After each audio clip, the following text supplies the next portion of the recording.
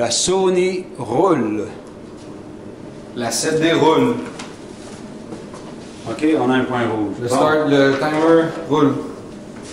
Bon, ben, c'est quand tu veux. Quand tu veux. OK. Bon, salut Martin.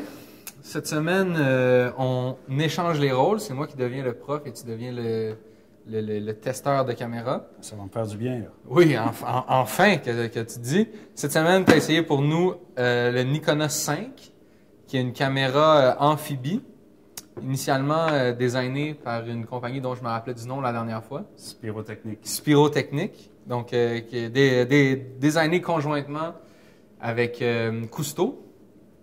Et la caméra s'appelait le Calypso. Nikon a racheté le modèle, ils ont fait des modifications. Ça, c'est la 5e version. Donc, une compagnie française, c'est intéressant aussi de savoir qu'à l'origine, ce n'était pas japonais. Exact. Et puis, c'est ça, en fait. Évidemment, bon, toi, tu n'es pas allé faire de la plongée avec, mais tu l'as utilisé dans des conditions, mettons, hasardeuses pour une caméra standard, traditionnelle. Puis, tu as pu voir à quel point ça marchait. Oui. C'est là où elle pas. Pour ça, j'ai fait une pause pour qu'on puisse faire la raccord. Ouais. Donc, c'est ça, mais parle-nous de ton expérience et de tes joies et tes peines. Bon, premièrement, on a trouvé ça au marché aux puces quand tu es allé t'acheter un 2,4. Moi, je suivais un peu en arrière. J'ai vu ça dans un bassin pour 40 $. Fonctionnel, complète. Il manquait le bouchon de la synchro en dessous que j'ai trouvé sur le web pour 12 $. Et avait de l'air fonctionnel. Je l'ai essayé sommairement là-bas. Et puis, rendu à la maison, je me suis rendu compte qu'il était vraiment fonctionnel. Téléchargé le manuel d'instruction que j'ai trouvé sur Internet. Et moi, c'était un fantasme depuis les années 90, fin 80, quand c'est sorti. J'ai toujours trouvé que c'était des belles caméras. Et puis, quand on lisait sur les spécifications, c'est des caméras intéressantes, ça va sous l'eau, 50 mètres. Je ne fais pas de plongée, mais combien de fois j'ai arrêté de faire de la photo quand j'allais photographier des événements sportifs ou dans des manifs, parce qu'il pleut, ou bien tout simplement tu es sur le bord de la plage, et puis il y a du sable dans l'air. On le sait, quand on regarde au loin sur la plage, il y a toujours une espèce de perspective atmosphérique. C'est pas un nuage, c'est le petit sable fin comme la farine. Tu reviens à la maison, tes lentilles font croche-croche, le sable s'est infiltré partout. Fait que moi, la plage, j'utilise presque plus mes caméras. Le téléphone, c'est mieux parce qu'il n'y a pas de fente d'entrée. Et bon, j'ai toujours voulu en avoir une, puis ça, c'est une caméra pellicule. Et bon, pour 40$, je me suis dit, tiens, on va jouer avec ça, on va voir ce qu'on peut faire. C'est une 35 mm qu'il y a dessus comme objectif. Donc, un grand angulaire, léger grand angle quand on est hors de l'eau. Et quand on va sous l'eau, toutes les lentilles deviennent des télés et elles deviennent à peu près une optique normale, à peu près l'équivalent d'une 50 mm sous l'eau. Donc, ça, c'est une lentille qui peut faire des photos en dehors de l'eau et sous l'eau. Ils ont des lentilles qui sont que sous-marines, ils ont des lentilles qui sont pour aller sur Terre, mais qui résistent à la pluie, mais qui ne résistent pas à la pression sous-marine. Ils ont 3 catégories d'objectifs chez Nikonos. Et ce qui est aussi agréable, c'est que c'est fait comme un char d'assaut. Ça se compare très facilement à un Leica ou même mieux en termes de robustesse. C'est pas bruyant à cause de l'étanchéité, le fait qu'il y a des garnitures d'étanchéité partout et que le caisson est super, le boîtier est super solide. Tu peux faire la mise au point de loin, tu peux faire le cadrage de loin parce que c'est prévu que tu vas porter un masque de plongée, des gros boutons, table de profondeur de champ comme sur les objectifs des Hasselblad. Tout est facile à manipuler, c'est agréable. Et ce modèle-là, qui est le dernier modèle, a un pose-mètre qui peut contrôler la vitesse d'obturation. Donc, c'est comme si on avait priorité ouverture. En fait, c'est pas comme, c'est une priorité ouverture. Alors, qu'est-ce que j'ai fait avec? Je suis allé dans la neige et j'ai eu la chance d'avoir les... Je vais jouer dans mon château fort. Oui, c'est ça, c'est ça. Et puis, donc, j'ai eu la chance de sortir avec les 2 plus grosses tempêtes de l'année qui ont été déclarées, la deuxième, en tout cas, tempête du siècle. Donc, j'ai pu la mouiller correctement, puis on va peut-être voir, là, j'ai fait une photo avec mon téléphone à un moment donné quand elle était pleine de neige. Je l'ai mouillée tant et plus, et puis j'ai fait des photos. Alors, quels sont les problèmes de cet appareil-là quand on vient le temps de s'en servir? En fait, il faut que tu fasses ta mise au point avant, contrairement au Leica qui a un télémètre couplé. Ça, moi, c'est la chose qui me ferait le plus peur, là, d'être tout le temps être obligé de gager ma mise au point à l'œil. Surtout que, bon, 35, F... Ben, tu vas 2.5, si tu comme on parlait avec le Leica, ta profondeur de champ... si tu peux te mettre à 5,6, l'hyperfocale donne de l'infini à 2 mètres. OK, ouais. J'avais du 400 ISO dedans, du Delta 400. Sauf que ce que j'ai découvert, parce que je fais pas souvent des photos durant des fortes tempêtes de neige, c'est qu'il fait pas clair dans une grosse tempête de neige. C'est bien pire que du temps couvert. La lumière pénètre vraiment pas. Avec du 400 ISO à f2.8, j'étais souvent à 1.125, 1.250, 1.60. On va le voir dans les photos. Les flocons de neige ne se faisaient pas geler. Il était froid, là, mais il ne se faisait pas freezer, arrêter comme mouvement. Donc, il fait noir dans une tempête de neige. Donc, 2.8, ce n'était pas le grand luxe, puis 400 ISO, ce n'était pas le grand luxe. Un autre problème aussi... 2.5. C'est 2.5? Ben oui, 2.5, c'est pas vraiment le grand luxe. Un autre problème, c'est aussi le fait que il faut zoner. Une tempête de neige, c'est blanc, mais on place ça en quoi? On met tout ça gris moyen, carte grise. Le posemètre, lui, il n'est pas intelligent, là. C'est pas un posemètre de caméra numérique qui est capable d'évaluer est-ce que de temps en temps, il y a des points noirs, des points blancs, puis faire une espèce de réflexion intelligente, surtout sur les point and shoot, là, quand il n'y a pas de miroir, les posemètres sont assez intelligents. C'est un posemètre réfléchi. Lui, il ne sait pas que c'est blanc. Il ramène tout en gris. Une tempête de neige, c'est-tu beau en gris? Alors, ce que j'ai fait, j'ai mis ça un cran et demi sur X, là, ceux qui parlent le langage du système de zone. J'ai mis ça à peu près en 6,5. Donc, je le laissais travailler en automatique. Pas en automatique, mais je voyais le posemètre se déplacer en bas. Je jouais avec mes vitesses jusqu'à temps que je sois une coche et demie plus lumineux que ce que le posemètre me recommandait. Donc, s'il me recommandait un 500, ben, je descendais à entre un 125 et un 250 pour surexposer pour quand même la neige blanche chez blanc. Là. Et je faisais aussi ma mise au point. J'anticipais, bon, ben là, 2.8, ça me donne de l'infini à 2.8, 2.5, de l'infini à peu près 30 pieds. Alors, je me mettais autour de 30 pieds, donc j'avais à peu près 15 pieds à 40 pieds. Et puis, s'il y avait des personnages sur la rue, des voitures, j'essayais de me tenir dans ces zones-là. Je jouais un petit peu avec la mise au point, mais ben, c'est comme ben, des caméras, hein, on pourrait dire, des années, du début de la photographie à venir jusqu'au réflexe, début des années 60, fin 50. Il y avait juste les télémètres couplés de certaines caméras qui pouvaient te faire la mise au point, puis tu ne savais pas ta profondeur de champ, tu savais juste où c'était net, ça te prenait une table de profondeur de champ. Est-ce qu'il y a une échelle dans le viseur?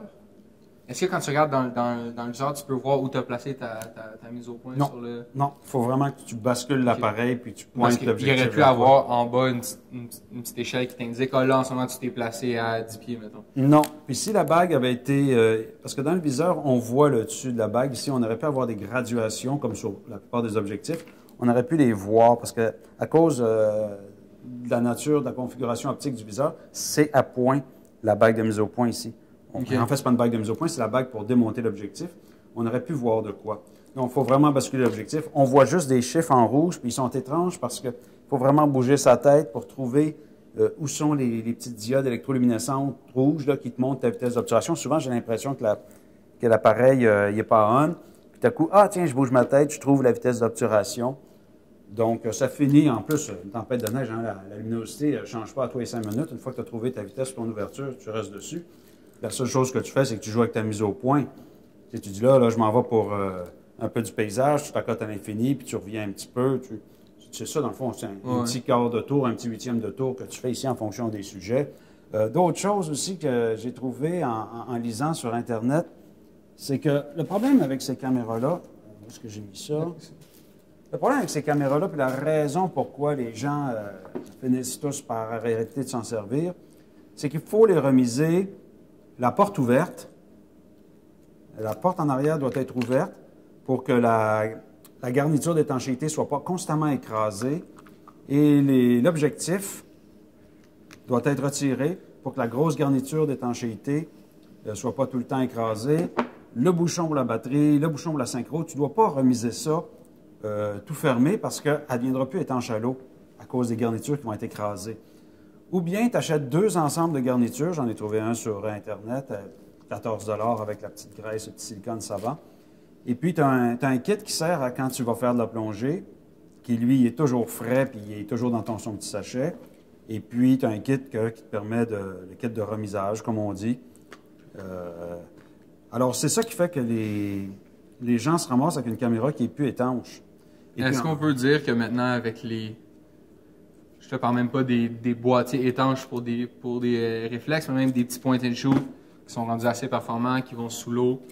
La pertinence d'avoir une caméra pellicule comme ça, avec tout ce que ça engendre comme coût puis comme maintenance. Sur les sites de photographie sous-marine, là, de monde sérieux qui sont pas là pour le romantisme, de la couleur de la caméra ou de l'historique, tout ça, là, tout le monde dit que c'était une caméra intéressante dans les années 90.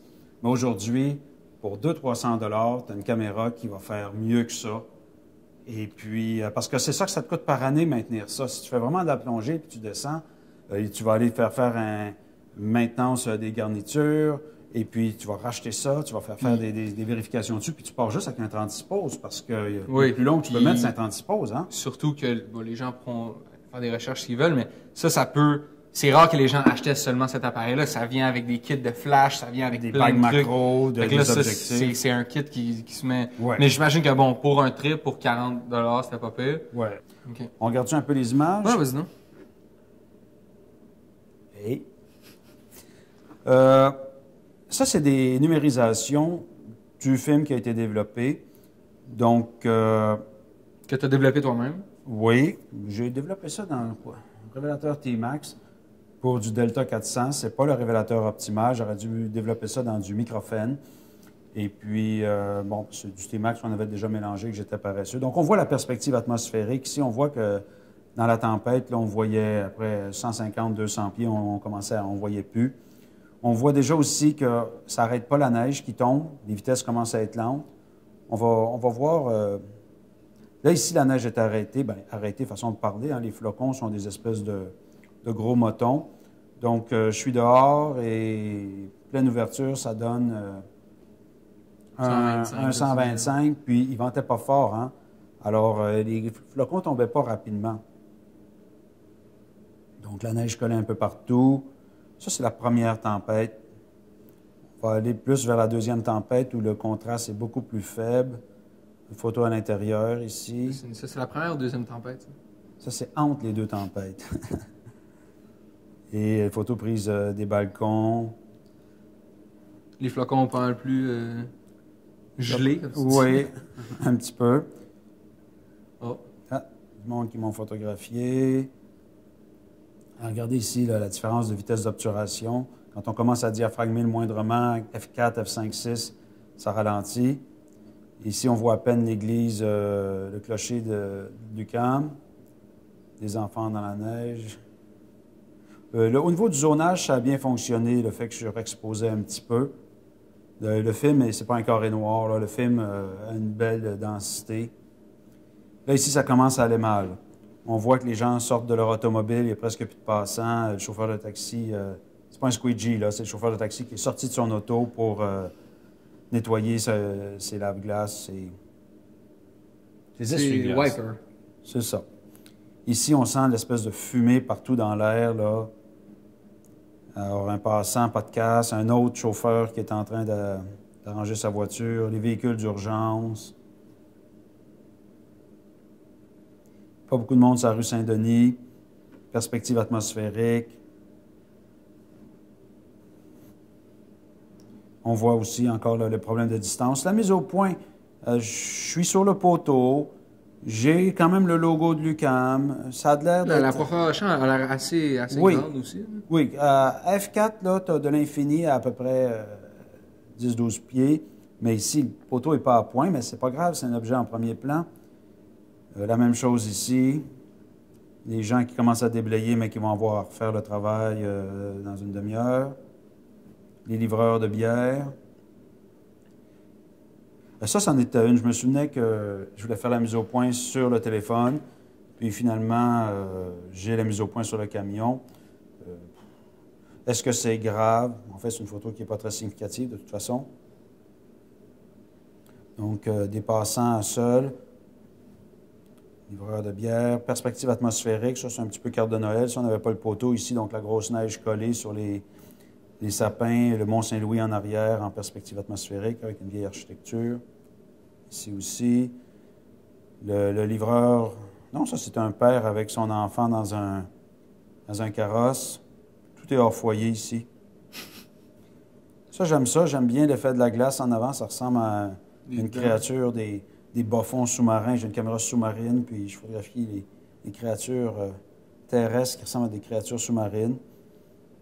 Et puis, il n'y a personne dans le boss, hein? Le boss est complètement vide. Ceux qui connaissent la rue Sainte-Catherine, ça, c'est intéressant. Il n'y a plus personne sur la rue, et puis il y a tellement de neige, ça circule mal que l'itinérant se déplace dans la rue avec son carrosse, avec ses trucs, et puis il n'y a personne.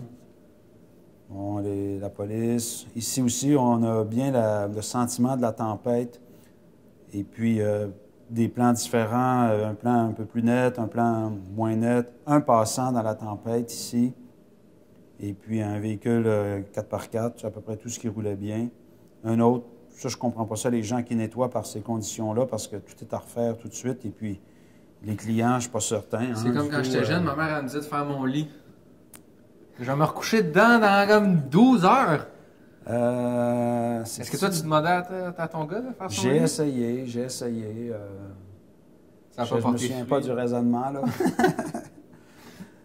Ça ici, là, ça commence à devenir de plus en plus encombré, puis personne ne circule dans les rues. Donc, ça ressemble à ça. Je ne sais pas si je vais refotographier avec cette caméra-là. Maintenant, je sais qu'elle fonctionne bien. D'après mes lectures, l'optique, c'est une optique de haute qualité, très nette. Ça semble être le cas. Il faudrait faire des photos dans des meilleures conditions. Et puis... Mais en même temps, peut-être pas dans une tempête, mais toi qui t'es autoproclamé un gars de beach, OK. peut-être qu'à la beach, ce serait... Je pense pertinent. que le transpose, Ouais. ça m'énibrait beaucoup. Parce que, moi, là, c'est bizarre, hein, j'ai toujours eu accès à de la pellicule. Pour toutes sortes de raisons que je ne raconterai pas ici, là, j'ai toujours eu un congélo bain plein de pellicules. J'ai jamais manqué de pellicule, ça ne m'a jamais coûté cher. Et quand j'ai de la pellicule sur la caméra, je suis radin sur le déclencheur. En numérique, ça ne me le fait plus. Ben, Et ça fait des meilleures photos, d'en avoir plus pour sélectionner. Et à toutes les fois que je remets de la pellicule d'une caméra, je fais une photo ou deux, puis là, j'économise, puis c'est pas bon. Ça fait pas. Il faut en faire des photos. fait que finalement, c'est quoi ton mot de la fin s'il reste 26 secondes? Ben, c'est un bel appareil. C'est une pièce de machinerie agréable. Moi, j'aime les pièces de machinerie, c'est pour ça que je l'ai acheté, dans le fond. Là, c'est de l'ingénierie, c'est de la belle ingénierie, puis c'est jouissif. Moi, j'ai juste du plaisir à photographier avec ça. Et si je devais aller dans des conditions difficiles, je pense que je ferais plus confiance à ça qu'à ma Sony HDR AS15. Quelque chose, là? C'est quoi le flicker? C'est la batterie qui est en train de lâcher dans le... Je sais pas.